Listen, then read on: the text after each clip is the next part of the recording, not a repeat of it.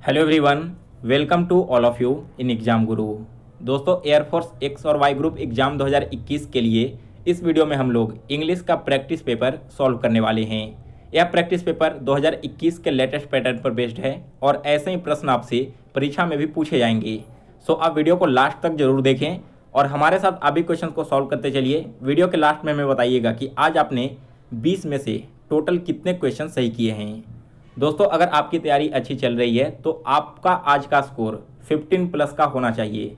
अगर आप इतना स्कोर कर लेते हो तो मान कर चलो कि एग्जाम में आप आसानी से सिलेक्शन ले लोगे। और अगर आप आज के मॉक टेस्ट का पीडीएफ डाउनलोड करना चाहते हैं तो पीडीएफ आपको मेरे टेलीग्राम चैनल पर मिलेगा। टेलीग्राम चैनल का लिंक मैंने इस वीडियो के डिस्क्रिप्शन बॉक्स में दे रखा है। वीडियो स्टार्ट करने से पहले एयरफोर्स नेवी जैसे डिफेंस एग्जाम्स 2021 के लिए जीके का एक इम्पॉर्टेंट ई बुक तैयार किया गया है। इस ई बुक में 10,000 से भी ज़्यादा जीके के क्वेश्चंस डाले गए हैं। यहाँ पर आपको सारे क्वेश्चंस टॉपिक वाइज मिल जाएंगे और लास्ट में प्रीवियस ईयर के 2 सालों के क्वेश्चन पेपर भी आपको देखने को यहाँ पर मिलेंगे। दोस्तों, यह जीके का ई बुक आपके आने वाले एयरफोर्स वाई ग्रुप एग्जाम के लिए मोस्ट इंपॉर्टेंट है। अगर आप एक बार इसे पढ़ लेते हो तो आपको जीके में कहीं से और कुछ पढ़ने की ज़रूरत नहीं पड़ेगी। इस ई बुक को डाउनलोड करने का लिंक मैंने इस वीडियो के डिस्क्रिप्शन बॉक्स में दे रखा है। आप आज का मॉक टेस्ट सॉल्व करने के बाद वहां से इसे डाउनलोड कर लेना। और चलिए अब आज का मॉक टेस्ट स्टार्ट करते हैं। सो गाइज, यहाँ पर क्वेश्चन नंबर 1 से 5 तक पैसेज वाले क्वेश्चंस हैं और इन सारे क्वेश्चंस को हम लास्ट में सॉल्व करेंगे। तो स्टार्ट करते हैं क्वेश्चन नंबर 6 से। Spot the miss spelled word. यहाँ पर 4 वर्ड्स दिए गए हैं, इनमें से एक वर्ड का स्पेलिंग गलत है तो आपको वो वर्ड फाइंड करना है और बताना है कि करेक्ट स्पेलिंग क्या होगा। यहाँ पर फेरोसिटी, सिंड्रोम और फिडेलिटी, इन तीनों ही वर्ड्स का स्पेलिंग बिल्कुल करेक्ट है। फिएस्टा का स्पेलिंग यहाँ पर गलत लिखा गया है। फिएस्टा का स्पेलिंग क्या होता है? इसका करेक्ट स्पेलिंग है FIESTA। और दोस्तों, फिएस्टा का मतलब क्या होता है? इसका मतलब है उत्सव या फिर कोई पर्व।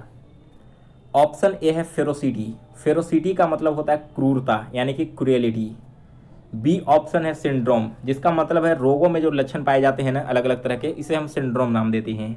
और सी ऑप्शन है फिडेलिटी, जिसका मतलब है वफादारी या फिर सत्य के प्रति निष्ठा। आगे बढ़ते हैं अगले क्वेश्चन की ओर। तो नेक्स्ट है question number 7। Synonym of the word bleak. Bleak का सिमिलर वर्ड बताना है और ब्लिक का मतलब होता है दोस्तों फीका या फिर उजड़ा हुआ। तो इसका करेक्ट सिनोनिम है ऑप्शन बी वेयर। वेयर का मतलब भी होता है उजड़ा हुआ या फिर फीका कोई चीज़। यहाँ ऑप्शन ए में है हंसी, तो हंसी का मतलब है दोस्तों रसीला। सी ऑप्शन है एमिनेंट, जिसका मतलब होता है प्रसिद्ध। और डी ऑप्शन है नोटेड। नोटेड का मतलब भी होता है प्रसिद्ध या फिर विख्यात। नेक्स्ट है इसके बाद question number 8। Antonym of compassionate. Compassionate का एंटोनिम यानी कि अपोजिट वर्ड बताना है। तो कंपैशनिएट का मतलब है दोस्तों दयालु या फिर काइंड हार्टेड। तो इसका जस्ट अपोजिट है option number C harsh. Harsh का मतलब होता है उग्र स्वभाव का या फिर क्रूएलिटी टाइप का जो नेचर होता है, इसे हम हार्श नाम देते हैं। ऑप्शन ए है ह्यूमन। ह्यूमन का मतलब है दोस्तों यहाँ पर काइंड हार्टेड यानी कि दयालु। बी ऑप्शन है बेनेवोलेंट, जिसका मतलब है भलाई करने वाला। और डी ऑप्शन है सिंपल, मतलब साधारण। तो यहाँ पर कंपैशनिएट का सिनोनिम है ऑप्शन ए और बी, और जो ऑप्शन सी है वो इसका एंटोनिम यानी कि अपोजिट वर्ड है। नेक्स्ट है question number 9। Change the narration of the following. He said to me what do you want. उसने मुझसे कहा कि तुम क्या चाहते हो। तो देखो यहाँ पर 9th क्वेश्चन में क्या होगा। सबसे पहले तो क्या करेंगे, यहाँ जो व्हाट डू यू वांट है ना, इसे हम चेंज करेंगे पास्ट सिंपल में। और जो वांट यहाँ पर शब्द दिया गया है, वर्ब दिया गया है, V1 यूज किया गया है वर्ब का पहला फॉर्म, इसे कन्वर्ट कर देंगे हम वर्ब के तीसरे फॉर्म में। और सेड को चेंज कर देंगे आस्क्ड में। तो 9th क्वेश्चन का करेक्ट आंसर है he asked me what I wanted. Next इसके बाद question number 10। Change the voice of the following sentence. Active से पैसिव में चेंज करना है। I am looking for him. तो यहाँ पर 10th क्वेश्चन में क्या होगा, जब भी कोई सेंटेंस कंटिन्यूअस टेंस में हो, चाहे वो पास्ट कंटिन्यूअस में हो या फिर प्रेजेंट कंटिन्यूअस में हो, तो हम क्या करते हैं, विंग का यूज करते हैं। और अगर आप यहाँ ऑप्शन को देखोगे तो केवल एक ही ऐसा ऑप्शन है जिसमें विंग यूज किया गया है, वो है ऑप्शन सी। सो यह इस क्वेश्चन का करेक्ट आंसर है। He is being looked for by me. यहाँ पर लुक जो है, लुकिंग है, वर्ब का चौथा फॉर्म, इसे कन्वर्ट कर देते हैं वर्ब के तीसरे फॉर्म में और वर्ब के पहले विंग को यूज करते हैं। तो इस तरह के अगर कंटिन्यूअस सेंटेंस, आपको कंटिन्यूअस टेंस के सेंटेंस दिए हुए रहे एग्जाम में, तो इस बात का आप लोग ध्यान रखना। नेक्स्ट है इसके बाद question number 11th, spot the error which may be in one part of the sentence. यहाँ पर सेंटेंस में इरर फाइंड करना है। There is cups on the table to be purchased, और अगर किसी भी पार्ट में इरर नहीं है तो आप डी ऑप्शन सेलेक्ट करो, नो इरर का। तो देखो, जब भी कोई सेंटेंस देयर के साथ में स्टार्ट होता है तो जो आगे आने वाला वर्ब होगा ना, वो इसके प्रीसीडिंग सब्जेक्ट के अनुसार से होगा। तो सब्जेक्ट हमारा यहाँ पर कप्स है, और कप्स क्या है, प्लूरल सब्जेक्ट है, तो इसके साथ जो लगने वाला वर्ब होगा वो भी प्लूरल होना चाहिए। आप यहाँ पर इज को आर के साथ रिप्लेस कर दो, तब यह सेंटेंस पूरी तरह से करेक्ट होगा। नेक्स्ट है इसके बाद question number 12, choose one word for the following expression. One who studies insect life, यानी कि जो कीटों का अध्ययन करता है, इसे हम नाम देते हैं एंटोमोलॉजिस्ट, यानी कि सी ऑप्शन इस क्वेश्चन का करेक्ट आंसर है। और यहाँ पर देखो ऑप्शन ए है जूलॉजिस्ट। तो जूलॉजिस्ट का काम क्या होता है, वे एनिमल का अध्ययन करते हैं और उसके बिहेवियर का अध्ययन करते हैं।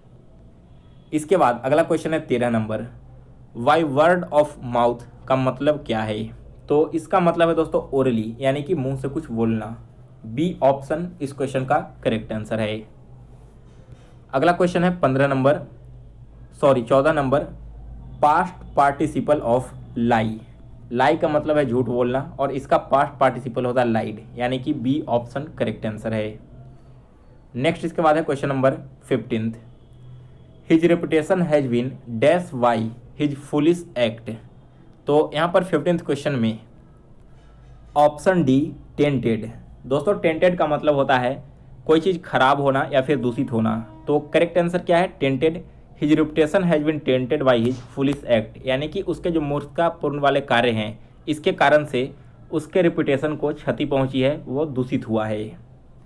नेक्स्ट देखो क्वेश्चन नंबर 16 में प्रीपोजिशन यूज करना है। He knows French and German dash Russian. तो 16th क्वेश्चन में बिसाइड्स का यूज किया जाएगा। बिसाइड्स का मतलब होता है के अतिरिक्त, यानी कि वो फ्रेंच और जर्मन के अतिरिक्त रशियन लैंग्वेज भी जानता है। इसके बाद अगला क्वेश्चन है 17 number, the work was dash by the trains. तो 17th क्वेश्चन में हैम्पर्ड वर्ड का यूज किया जाएगा। The work was hampered by the trains. Hampered का मतलब होता है बाधा उत्पन्न होना, जो कार्य था वो ट्रेन के कारण से कार्य रुक गया, उसमें बाधा उत्पन्न हो गई है। इसके बाद 18th क्वेश्चन है, meditation is dash way to calm your nerves. तो 18th क्वेश्चन में सी ऑप्शन का यूज किया जाएगा। Meditation is the best way to calm your nerves. अगला क्वेश्चन है इसके बाद 19 नंबर, the prime minister of England called dash the president of America. तो 19th क्वेश्चन में ऑन प्रीपोजिशन का यूज किया जाएगा। दोस्तों जब भी कोई पोलाइट मैनर में किसी को इनविटेशन दिया जाता है तो वहाँ पर हम ऑन प्रीपोजिशन का यूज करते हैं, इसलिए इस क्वेश्चन का सी ऑप्शन करेक्ट आंसर है। 20 क्वेश्चन है, we all laughed dash the affair.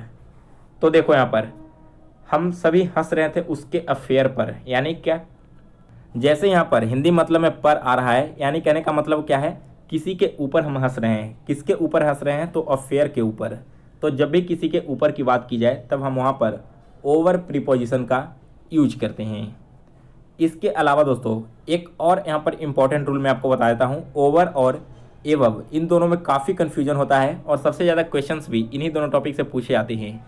तो जब कोई ऑब्जेक्ट या कोई भी व्यक्ति किसी के ऊपर से क्रॉस हो बिना उसे टच किए हुए, तो इसे हम बोलेंगे एवब।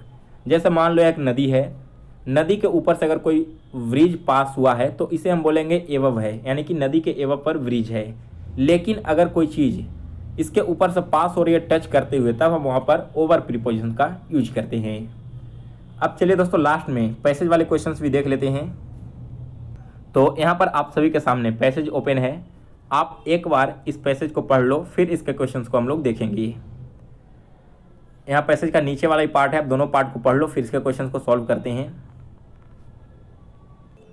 सो गाइस यहाँ पर आपने पैसेज पढ़ लिया होगा, चलिए अब इसके क्वेश्चंस को देखते हैं। तो फर्स्ट क्वेश्चन है, planning waste on remnants means, planning waste on remnants कहने का मतलब क्या है कि planning should be done on the basis of what is available, हमारे पास जो कुछ भी मौजूद है उसी के बेसिस पर हमें प्लानिंग करनी चाहिए।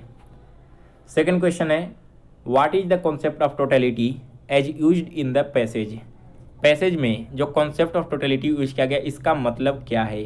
इसका मतलब है one should obtain in total and not in partial, यानी कि किसी व्यक्ति को जो चीज़ भी चाहिए वो पूरी चाहता है, ना कि वो हिस्सों में या फिर अलग अलग टुकड़ों में।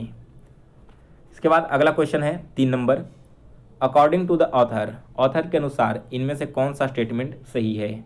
तो statement C, if achieving total is not possible one should be satisfied with its part, यानी कि अगर टोटल अचीव करना पॉसिबल नहीं हो तो इसके एक पार्ट से ही हमें संतुष्ट कर लेना चाहिए। अगला क्वेश्चन है 4 नंबर, what do you mean by the word aphorism as used in the passage, passage में एक वर्ड यूज किया गया एफोरिज्म, इसका मतलब क्या है। इसका मतलब है दोस्तों a phrase that says something true और वाइज, एक ऐसा फ्रेज जो कुछ सच्चाई बोलता हो। लास्ट क्वेश्चन है question number 5, the totality can, totality के बारे में इनमें से कौन सा स्टेटमेंट करेक्ट है।